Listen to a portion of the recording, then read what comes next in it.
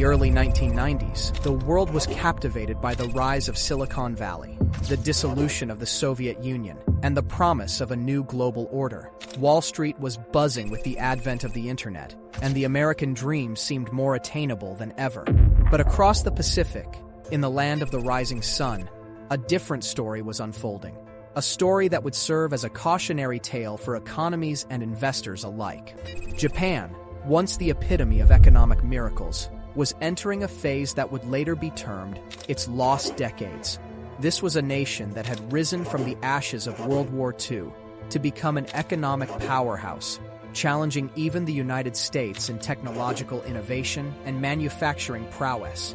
Companies like Sony, Toyota, and Panasonic were household names, symbols of quality and ingenuity. Japan was the future, or so it seemed.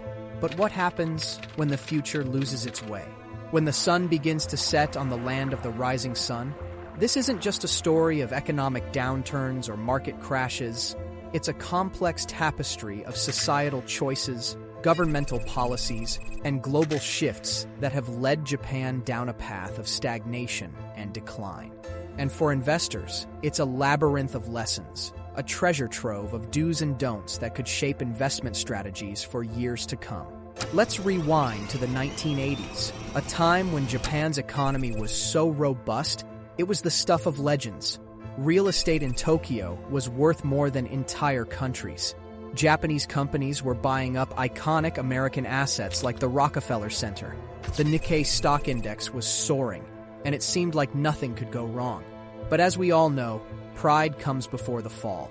The asset price bubble burst, and Japan's financial markets plummeted, wiping out enormous amounts of wealth and plunging the country into a recession that it has never fully recovered from. Fast forward to today, and the situation is grim. Japan is grappling with an aging population, a phenomenon so severe it has its own name, shoshika, or the childless society. The workforce is shrinking, pension liabilities are skyrocketing, and the government seems paralyzed, unable to enact reforms that could rejuvenate the economy. Add to that a national debt that's more than twice the size of the country's GDP, and you have a recipe for disaster. But this isn't just a story of numbers and economic indicators. It's about people, about a society that is seeing its younger generation struggle with a lack of opportunities, about elderly citizens who have to continue working into their twilight years, about a culture that once prided itself on innovation but is now hesitant to take risks. It's about a government that is so entangled in bureaucracy that it can't make the bold decisions needed to steer the country back on course. This is not just the story of a country's decline. It's a lesson in the complexities of modern economies, a case study that could redefine investment strategies for a generation. Welcome to the enigma that is Japan's declining economy.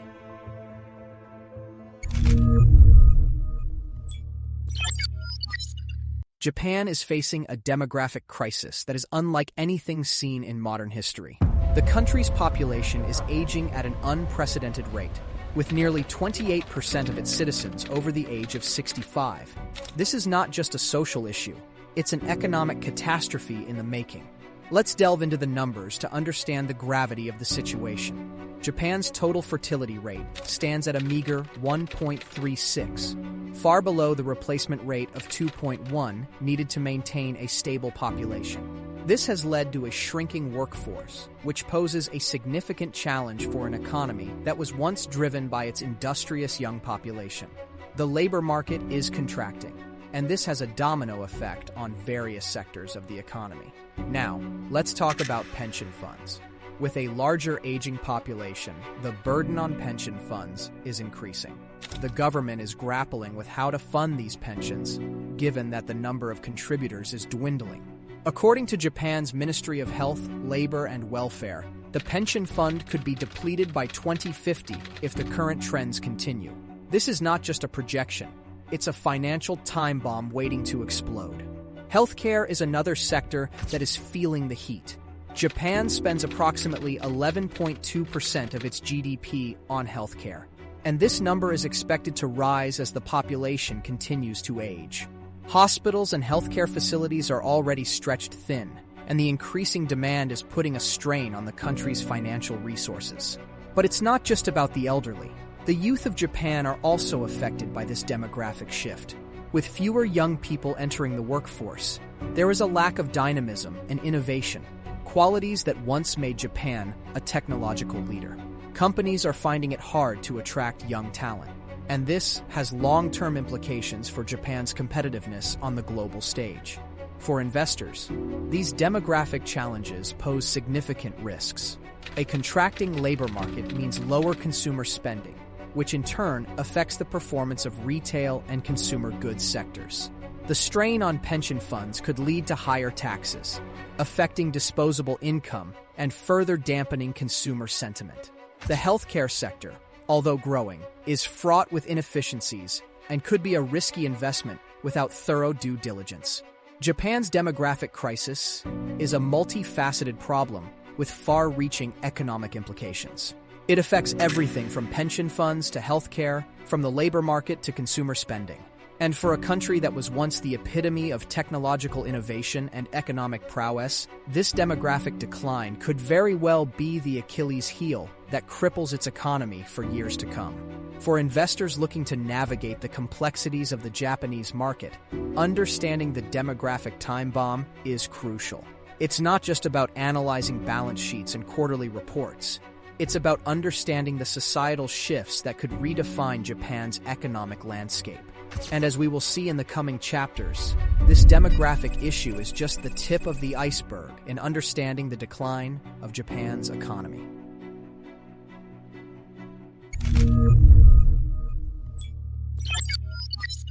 Japan's national debt is another critical issue that has been overshadowing its economic landscape for years. The numbers are staggering. As of 2021, Japan's debt-to-GDP ratio stands at an astronomical 266%, the highest among developed nations. To put this into perspective, the United States, often criticized for its high debt levels, has a debt-to-GDP ratio of around 130%. So, what led to this enormous pile of debt? The roots can be traced back to the economic stagnation of the 1990s, often referred to as the lost decade. During this period, Japan implemented various fiscal stimulus packages aimed at reviving the economy. However, these measures, although well-intentioned, led to a surge in public debt. Fast forward to today, and the debt has only continued to accumulate, exacerbated by the need to fund social security programs for an aging population. Interest payments on this debt are becoming a significant burden. Even though Japan enjoys relatively low interest rates, the sheer size of the debt means that a considerable portion of the government's budget is allocated to servicing it. This leaves fewer resources for other essential services and development projects, creating a vicious cycle that hampers economic growth. The high debt levels also have a psychological impact on both policymakers and the public. There's a constant fear that a slight increase in interest rates could make the debt unsustainable, leading to a financial crisis. This fear often leads to conservative fiscal policies, which, while prudent, do not necessarily stimulate economic growth. The credit ratings of the country are another concern. While Japan still maintains a relatively high credit rating, the enormous debt levels are a red flag for rating agencies. A downgrade in the credit rating could lead to higher borrowing costs, further exacerbating the debt problem. Japan's soaring national debt is a complex issue, with roots in past economic policies, demographic challenges, and a conservative approach to fiscal management. It's a dilemma that has both immediate and long-term implications for the country's economic health. The high debt levels limit the government's ability to invest in growth-promoting activities, thereby creating a cycle of stagnation that is hard to break.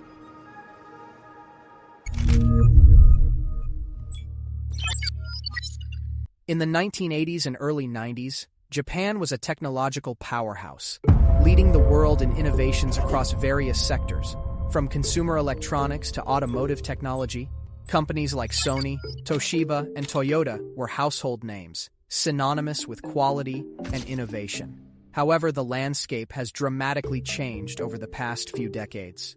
Japan, once a leader in technology, seems to have hit a plateau. One of the most glaring examples of this stagnation is the decline of Japan's consumer electronics industry. In the 1980s, brands like Sony and Panasonic were at the forefront of the consumer electronics revolution. Today, they have been overtaken by companies from South Korea, China, and the United States. The smartphone market serves as a stark example. Japanese companies are virtually absent from the global smartphone landscape, dominated by Apple, Samsung, and a host of Chinese manufacturers. So, what led to this technological stagnation? One factor is the failure to adapt to the software-driven world. Japanese companies excelled in hardware, but lagged in software development, a critical component in today's tech landscape. This gap became evident with the rise of the internet and the shift towards cloud computing, areas where American companies like Google, Amazon, and Microsoft have taken the lead. Another issue is the lack of investment in research and development. While Japan still invests a significant amount in R&D, the focus has often been on incremental improvements rather than groundbreaking innovations. This approach may have worked in the past, but is insufficient to keep pace with the rapid advancements occurring globally. The cultural aspect cannot be ignored either. Japan's corporate culture, characterized by hierarchy and a lack of risk-taking, has been cited as a reason for the slow pace of innovation. The fear of failure discourages companies from venturing into new territories, leading to a focus on tried and tested methods rather than innovation. This technological stagnation has significant economic implications. The decline of major industries has led to job losses and decreased competitiveness on the global stage. Moreover, it has resulted in missed opportunities in emerging sectors like artificial intelligence, renewable energy, and biotechnology. These are sectors that are expected to drive economic growth in the coming decades, and Japan's absence from these fields could have long-term repercussions on its economic health. Japan's fall from technological grace is not just a tale of missed opportunities, but a warning sign of how quickly a country can lose its competitive edge. The factors contributing to this decline are multifaceted, ranging from corporate culture to strategic missteps. And as we'll explore in subsequent chapters, this technological stagnation is intricately linked with other challenges that are pulling down the Japanese economy.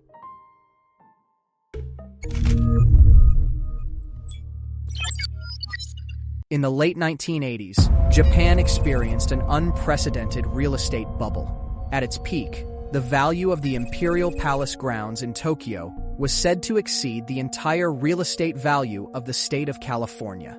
However, the bubble burst in the early 1990s, leading to a severe economic downturn that lasted for years, often referred to as the lost decade. The collapse of the real estate market had a domino effect on the Japanese economy. Banks, which had liberally financed real estate investments, found themselves saddled with bad loans. According to data from the Bank of Japan, non-performing loans reached a staggering 40 trillion yen, approximately $380 billion, by 1995. This led to a credit crunch, severely affecting new business ventures and expansions. Fast forward to today, and the Japanese real estate market has never fully recovered. According to the Japan Property Central, property prices in Tokyo are still about 50% lower than their peak in 1991. This long-term stagnation in property values has had several financial implications. For one, it has discouraged foreign and domestic investment in real estate, traditionally considered a safe and lucrative asset.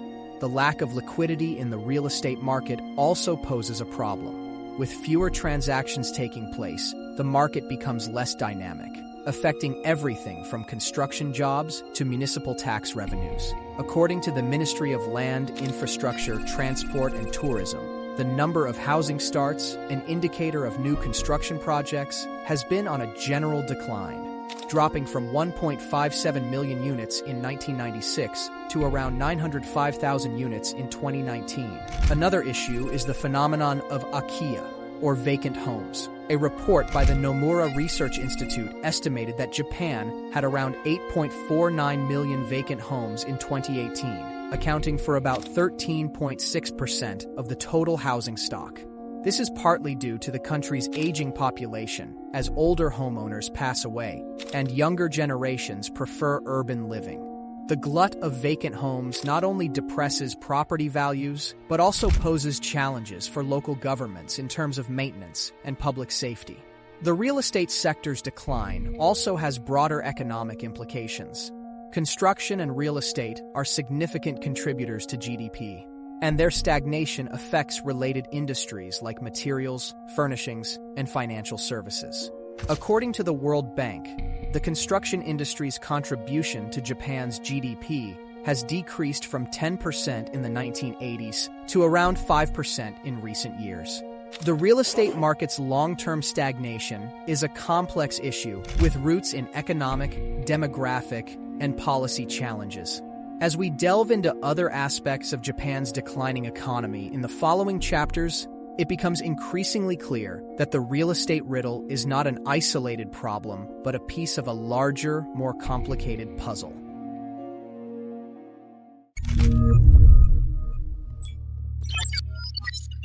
Japan has long been admired for its corporate culture, characterized by lifetime employment, seniority-based promotions, and a strong sense of loyalty and community within the company.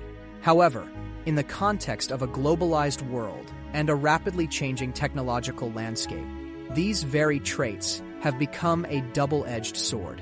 Lifetime employment, once a symbol of stability, has become a financial burden for many companies. According to data from the Ministry of Health, Labor, and Welfare, the average age of employees in Japan has been steadily increasing, reaching 46.4 years in 2020. This aging workforce means higher salaries and benefits, given the seniority-based pay system. As a result, companies find it difficult to allocate resources for innovation and expansion. The seniority-based promotion system also hampers meritocracy. Young, talented employees often find themselves stifled, unable to rise through the ranks quickly or implement fresh ideas. According to a survey by the Japan Productivity Center, only 8.9% of Japanese companies have shifted to a performance-based promotion system, compared to 28.4% in the United States. This traditional corporate culture has also been slow to adapt to technological changes. Japan, once a leader in technology, has been overtaken by countries like the United States and China in sectors like software development, biotechnology, and internet services. According to the Global Innovation Index, Japan ranked 16th in 2020, a significant drop from its first-place ranking in 2011. Moreover, the rigid corporate structure has made Japanese companies less agile in responding to market changes. A study by the Asian Development Bank Institute noted that the average time for a Japanese company to make a strategic decision is approximately 6 months, compared to 1 to 3 months in Western companies. This sluggishness can be detrimental in a fast-paced global market where quick decision-making is often crucial. The lack of gender diversity is another issue. Despite the government's efforts to promote women in the workforce, the gender gap in Japanese corporations remains wide. According to the World Economic Forum's Global Gender Gap Report 2020, Japan ranked 121st out of 153 countries in terms of economic participation and opportunity for women. All these factors contribute to a corporate culture that is increasingly seen as a hindrance rather than an asset. According to the Nikkei Asian Review, Japan's share of the global market capitalization has shrunk from 45% in 1988 to around 7% in 2020. This decline is not just a matter of numbers. It's a reflection of lost opportunities and unrealized potential. Japan's corporate culture is not just an internal matter. It has far-reaching implications for the country's economic health and global standing. But what happens when this corporate culture intersects with international trade relations and geopolitical tensions?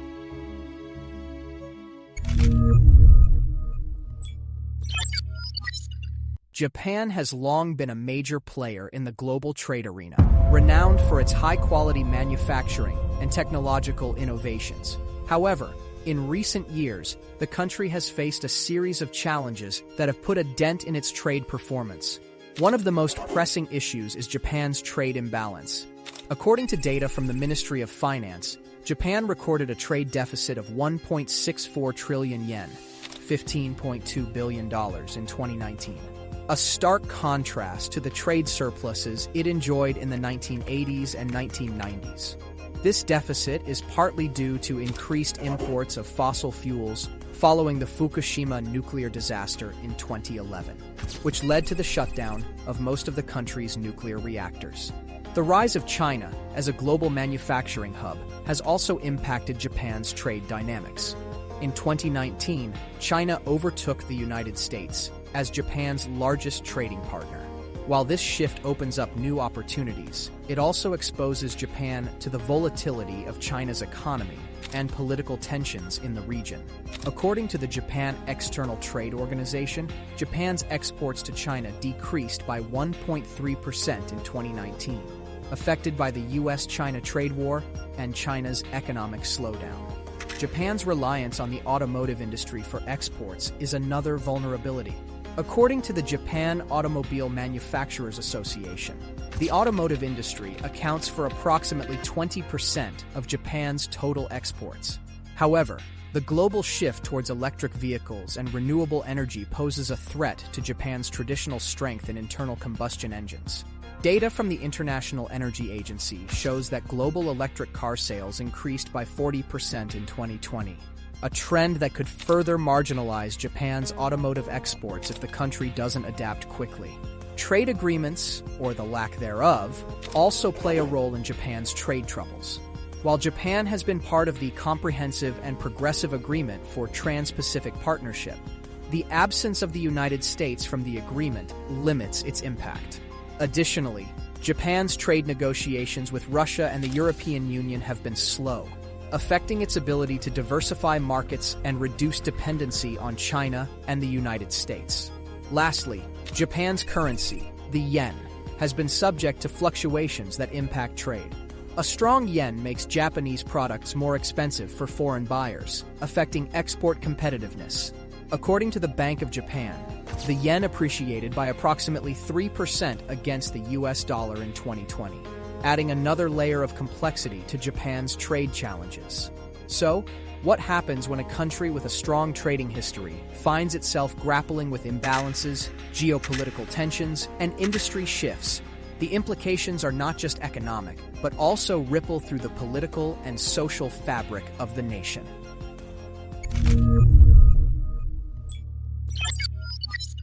Japan's economic decline isn't just a result of market forces or global trends.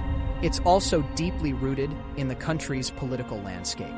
The political system in Japan has been characterized by a lack of decisive action, frequent leadership changes, and bureaucratic red tape, all of which have contributed to the country's economic woes.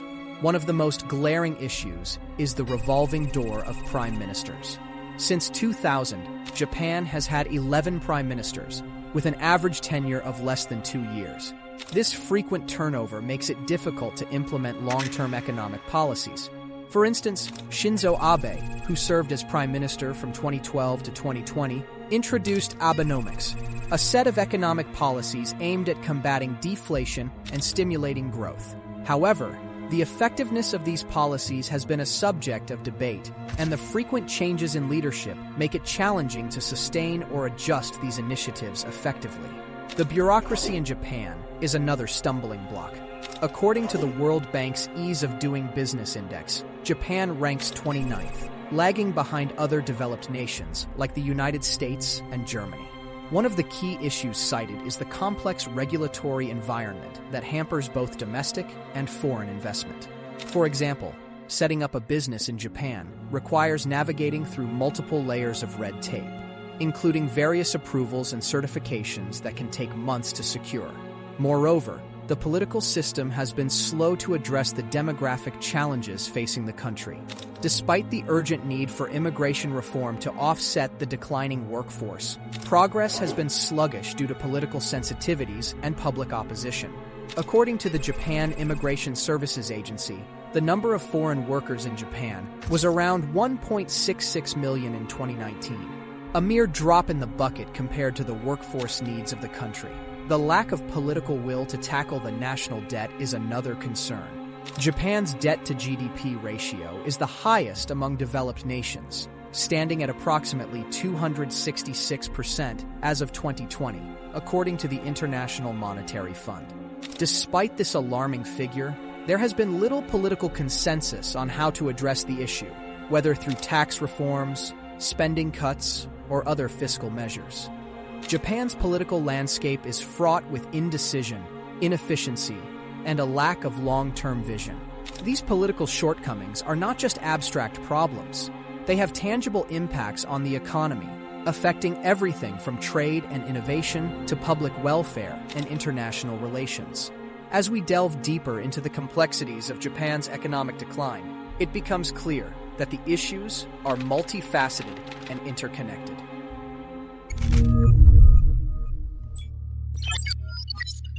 Japan's economic decline doesn't exist in a vacuum.